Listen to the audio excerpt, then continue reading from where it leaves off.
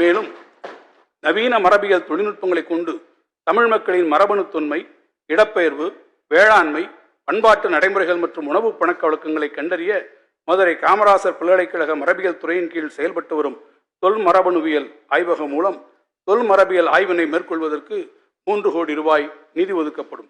சிந்துவெளி பண்பாடு குறித்து முதலில் இந்திய தொல்லியல் துறையின் தலைவராக இருந்த சர் ஜான் மார்ஷல் அவர்களால் 1924ஆம் ஆண்டு அறிவிப்பு வெளியிடப்பட்டது. அந்நிகழ்வை நினைவு கூறும் வகையில் சிந்துவெளி பண்பாட்டு நூற்றாண்டு கருத்தரங்கம் பன்னாட்டு அறிஞர்கள் கலந்து கொள்ளும் வகையில் இந்த ஆண்டு சென்னையில் நடத்தப்படும். 21ஆம் நூற்றாண்டிலும் இன்றளவும் கிராமப்பகுதிகளின் வறுமையின் அடையாளமாக எஞ்சியிருப்பவை குடிசைகளே.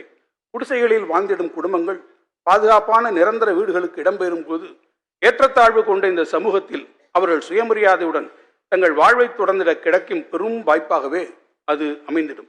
இவற்றையெல்லாம் உணர்ந்துதான் நாட்டிலேயே முதன்முறையாக ஊரகப் பகுதிகளில் ஏழை குடும்பங்கள் வசிக்கும் குடிசைகளுக்கு பதிலாக நிரந்தர வீடுகள் கட்டித்தரும் முன்னோடி திட்டம் முத்தமிழறிஞர் கலைஞர் அவர்களால் 1975ஆம் ஆண்டிலே அறிமுகப்படுத்தப்பட்டது. அதனைத் தொடர்ந்து கடந்த 2010ஆம் ஆண்டு குடிசையில்லா மாநிலம் என்ற இலக்கை எய்திடும் வகையில் கலைஞர் வீடு வழங்கும் திட்டம் அறிமுகப்படுத்தப்பட்டது.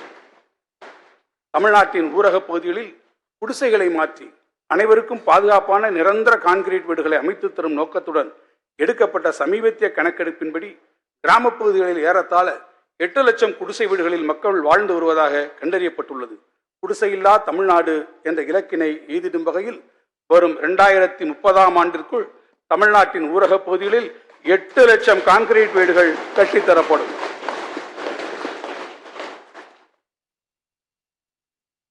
முதற்கட்டமாக 2024-25ஆம் ஆண்டில் 1 லட்சம் புதிய வீடுகள் ஒவ்வொன்றும் 3.5 லட்சம் ரூபாய் செலவில் உருவாக்கப்படும்.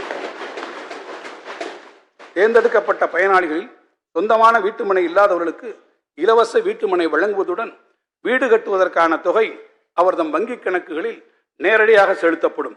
அறிவியல் பூர்வமான கணக்கெடுப்பு, வெளிப்படையான பயனாளிகள் தேர்வு முறை, தங்கள் கனவு இல்லங்களை பயனாளிகள் தாங்களே உருவாக்கிக் கொள்ளும் வாய்ப்பு என குறிப்பிடத்தக்க அம்சங்களை தாங்கிய இப்புதிய திட்டம் கலைஞரின் கனவு இல்லம் என்ற பெயரில் வரும் நிதியாண்டில் 3500 கோடி ரூபாய் மதிப்பீட்டில் செயல்படுத்தப்படும். தரமான சாலை வசதிகளை கடைக்கோடி கிராம மக்களும் எளிதில் பெற்று பயன்பெறும் வகையில் அறிமுகப்படுத்தப்பட்ட முதல்வரின் கிராம சாலையில் மேம்பாட்டு திட்டத்தின் கீழ் 2024-25ஆம் ஆண்டில் 2000 கிலோமீட்டர் சாலை மேம்பாட்டு பணிகள் 1000 கோடி ரூபாய் மதிப்பீட்டில் மேற்கொள்ளப்படும். தமிழ்நாட்டில் அனைத்து குக்கிராமங்களும் அடிப்படை வசதிகளை கொண்டு தன்னிறைவு பெற்றிடும் வகையில் செயல்படுத்தப்பட்டு வரும் அனைத்து கிராம அண்ணா மறுமலர்ச்சி திட்டம் 2 கீழ் 2024-25ஆம் ஆண்டில் 2482 கிராம ஊராட்சிகளில் 1147 கோடி ரூபாய் மதிப்பீட்டில் பணிகள் மேற்கொள்ளப்படும்.